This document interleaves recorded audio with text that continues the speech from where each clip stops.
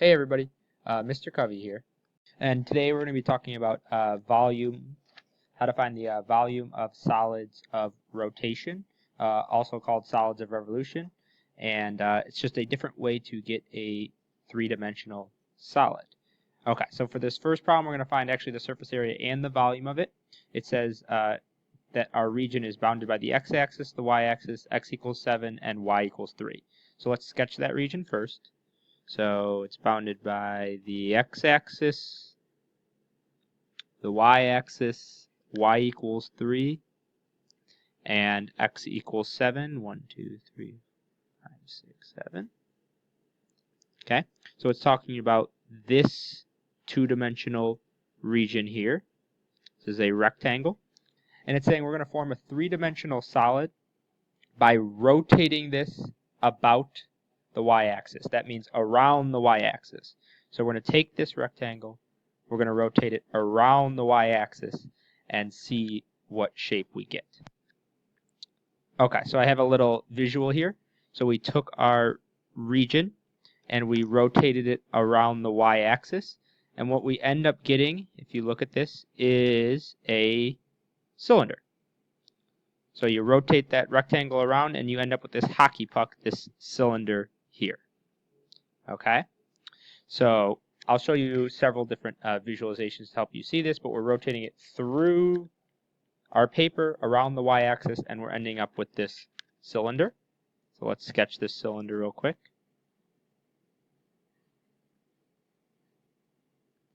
The height of the cylinder is 3.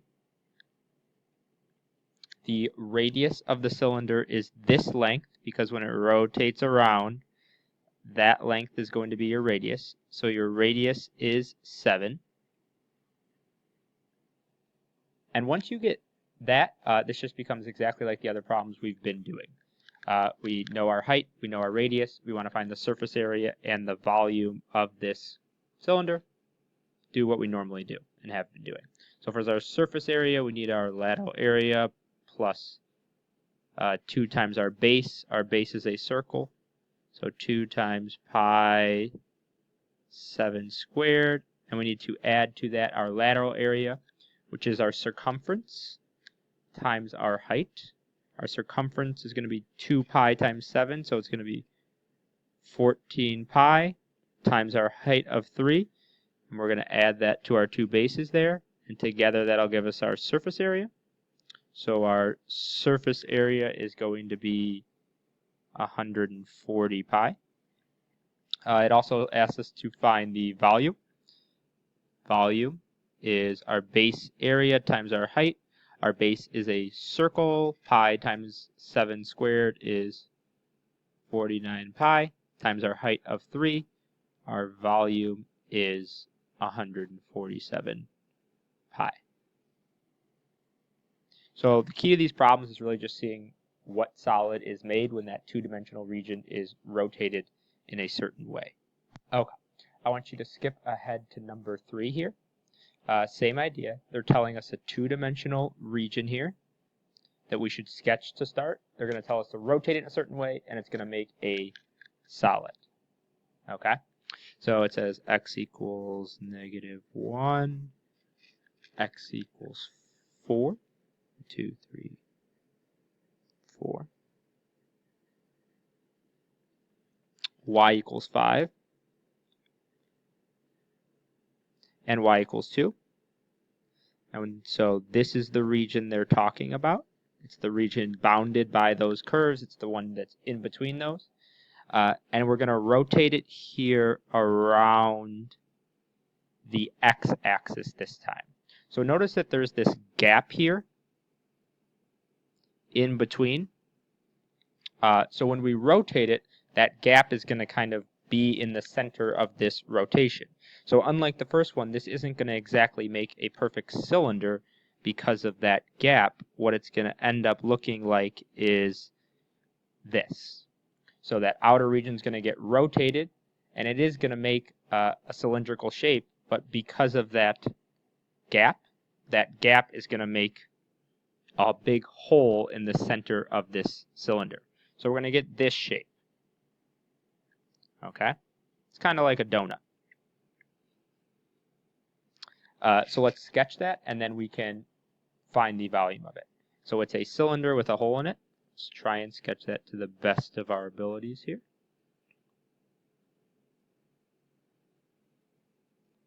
So it's a cylinder, but there's this hole in the middle, kind of a core missing there. All right. So to find the surface area, we first need to label our dimensions. So that length there is 5, because it is that length there.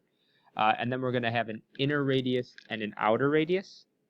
That inner radius there is going to be 2. And that whole radius there is going to be 5, meaning just that part will be 3. Okay? So let's go ahead and find the surface area first because it's a little trickier. So to do this surface area, let's worry about doing the lateral area first, and then we'll add on the base area. So we're going to have to do the lateral area of the big plus the lateral area of the small one, because that inside part is exposed. And then we're going to have to add on the 2 bases, and what the 2 bases really are is the big circle minus that little circle out of there. So let's just say big circle minus small circle. Okay, so it's always good to make kind of a plan. Sorry, that went off a little bit. It's always good to make a plan kind of what we're going to calculate here. So for lateral area of the big one, we need to do circumference times height. Our circumference is going to be 2 pi r. Our big radius is 5. Okay. Times our height, which is 5. Plus, for the small one, our radius is 2, and our height is still 5. Plus 2 times the big circle is going to be pi times 25, so it's going to be 25 pi minus small one's radius of 2 pi, so the area will be 4 pi. Okay, so we're going to calculate this all out. We're going to get 50 pi plus 20 pi plus 42 pi, and we're going to get that our total surface area is 112 pi. Again, we've done problems similar to this. The difference here is kind of seeing that shape and getting this drawing from that description. Okay. Let's do volume as well, because it asks us for both. So our volume is just going to be volume of the big cylinder minus volume of the small cylinder. So with volume, it's a little more straightforward. Okay. So our volume of our big one is just going to be pi r squared h, and our r is going to be our big radius, so it's going to be pi 5 squared times 5 minus pi 2 squared times 5. Calculate that out. We should get that our volume is 105 pi. Okay, let's jump to number 5 now. And I want you to first sketch these 2 lines so that you can get the region that they're talking about. So pause the video, sketch those graphs, and unpause it when you have the 2-dimensional region described. Okay, so when we sketch our graphs, we end up with a region that looks like that, and they are talking about this region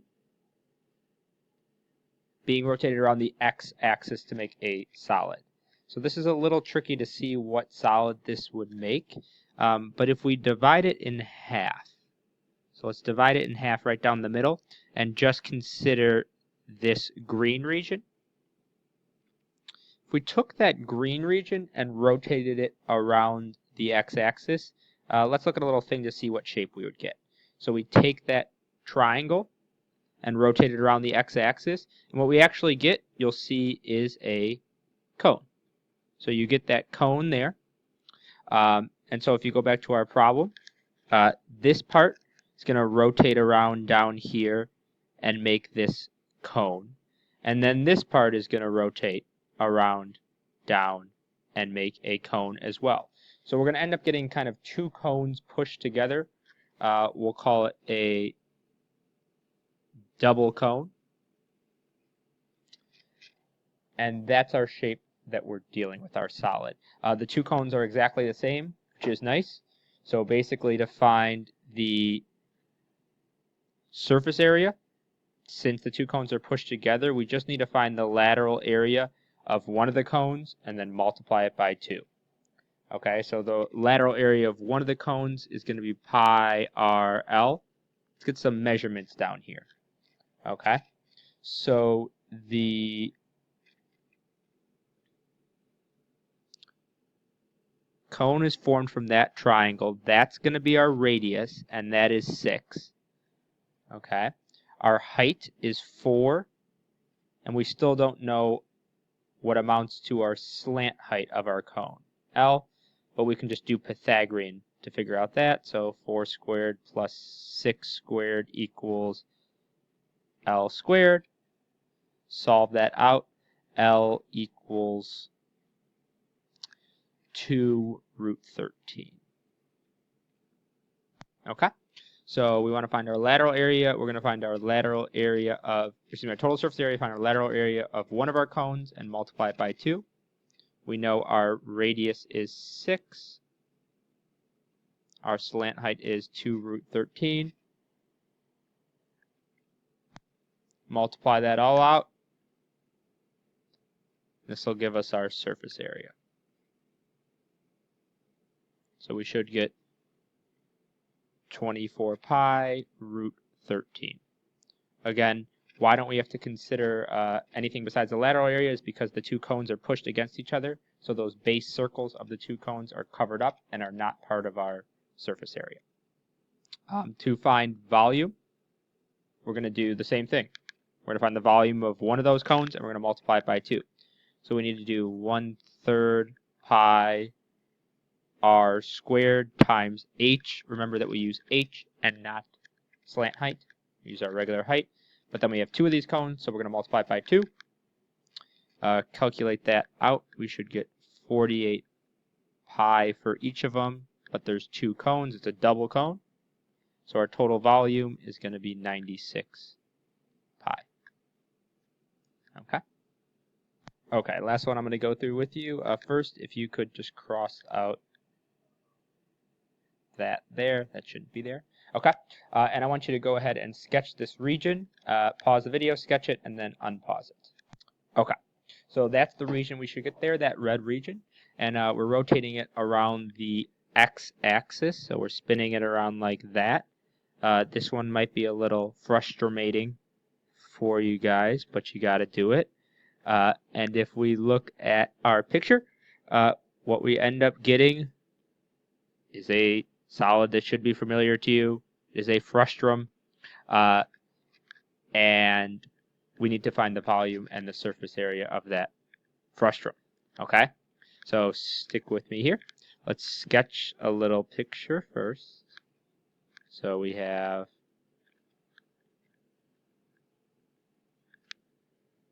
something that looks like that. Okay. This length is 6, and that represents that length.